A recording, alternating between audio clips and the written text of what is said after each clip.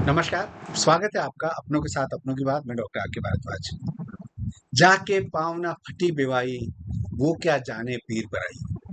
जिसके पैरों में कभी एड़ियाँ फटी ना हो, तो उसको उस दर्द का एहसास कैसे हो सकता है? दूसरे के दुःख दर्द को महसूस करने के लिए, समझने के लिए आपको उस स्थिति और परिस्थिति को फ़ील करना पड़ता है या उस स्थिति में जाना पड़ता है।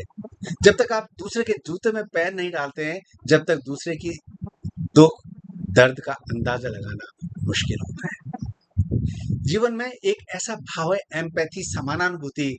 जब हम दूसरों के प्रति एक जैसी अनुभूति रखते हैं, आपका दुःख, मेरा दुःख, तो वो एम्पैथी होती है और एम्पैथी जीवन में रिश्तों को बनाए रखने के लिए, लोगों से जुड़ने के लिए, आत्मीयता, मधुरता बनाने के लिए बहुत ज़रूरी है।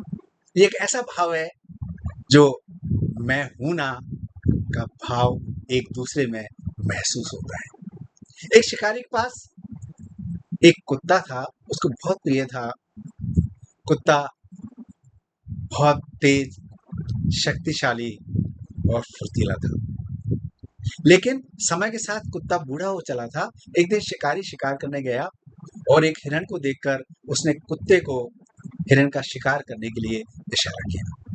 कुत्ता बहुत तेज गति से दौड़ा, अपनी पूरी जी जान लगाकर दौड़ा और जैसे-तैसे करके कुत्ते ने हिरण को पकड़ लिया। लेकिन जैसे ही कुत्ते ने हिरण को पकड़ा, कुत्ता बूढ़ा था, दाँत कमज़ोर थे, कुत्ते के दाँत टूट गए और हिरण कुत्ते के चंगुल से छूटकर भाग गया।